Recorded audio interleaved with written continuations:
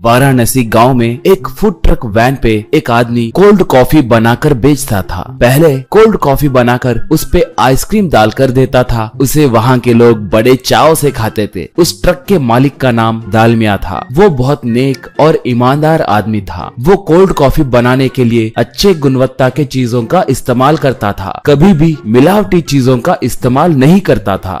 दालमिया की पत्नी का नाम गोमती और बेटे का नाम विक्की है। विक्की कॉलेज में पढ़ रहा था। कॉलेज की पढ़ाई खत्म करने के बाद से वो आवारा फिर रहा था। ये गौर करके एक बार दालमिया, बेटे, पढ़ाई पूरी होने के बाद या तो आगे की पढ़ाई करनी है या अपने पढ़ाई के हिसाब से कोई ना कोई नौकरी ढूंढनी है। ये दोनों करे बिना ऐसे वक्त क्यों बर्बाद कर रहे हो? अगर तुम्हें नौकरी करना पसंद नहीं है तो हमारे कोल्ड कॉफी का व्यापार संभालो। तुम वहाँ आए तो कोल्ड कॉफी कैसे बनाते हैं मैं सिखाऊंगा, कहा विक्की तब। बाप पिताजी, सुबह सुबह क्यों परेशान कर रहे हो? हमारी इतनी जायदाद है, कल के दिन अगर आप मर गए तो ये सब मेरा ही होगा ना। मुझे नौकरी करने की क्या जरूरत है, कहा। ये बात सुनते ही गोमती उसे थप्पड़ मारी। क्या बात कर रहे हो? ये सब उनके मेहनत की कमाई है। तुम्हें इसमें से एक फूटी कौड़ी भी नहीं मिलेगी। अगर नौकरी करना पसंद नहीं है तो जाकर कोल्ड कॉफी का व्यापार संभालो। ये और कितने दिन मेहनत करेंगे? इन्हें आराम करने नहीं दोगे क्या? बोली। इससे विक्की को बहुत गुस्सा आकर वो बाहर चला गया। 2 दिन तक घर नहीं आया। वो आएगा कहकर वो लोग उसकी राह देखने लगे, मगर फिर भी वो नहीं आया।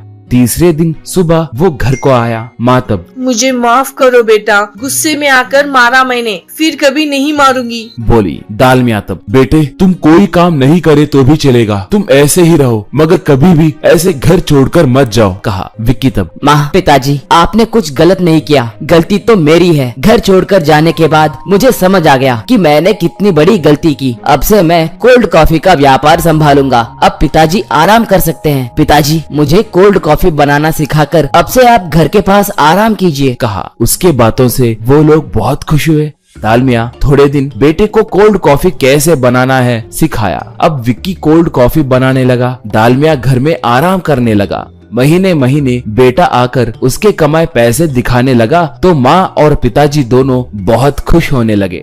दिन ब दिन उसके कमाए पैसों से अलमारी भर रही थी। वो देखकर माँ, बेटे, सच में तुम बहुत समझदार हो। अब तक तुम्हारे पिता भी इतने पैसे नहीं कमाए, बोली। पिता तब, सच में मुझे भी हैरानी हो रही है। इतने पैसे कैसे कमा रहे हो बेटा? मेरे कुछ समझ नहीं आ रहा है, कहा। विक्की तब, पिताजी, मैं इस ट्रेंड के हिसाब से व्यापार कर रहा हूँ, इसलिए लोग मेरे पास बार बार आकर खरीद रहे हैं। आप अभी भी पुराने जमाने के तरीके आजमा रहे हो, कहा।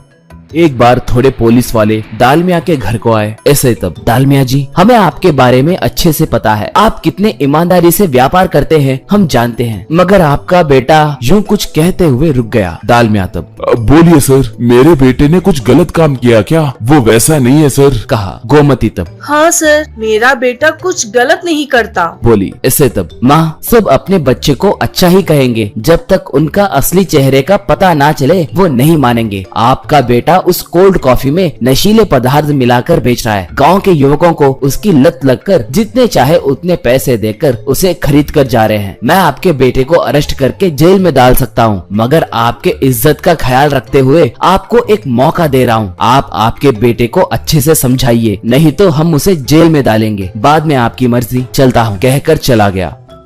दालमिया और गोमती ट्रक के पास जाकर देखे तो वहाँ पर युवक कोल्ड कॉफी पीकर नशे में धुत हो रहे थे। गोमती और दालमिया जाकर विक्की को खूब पीटे और जो भी था वो सब बताए। इससे विक्की बदल गया और तब से कोल्ड कॉफी बेचते हुए अच्छे से रहने लगा।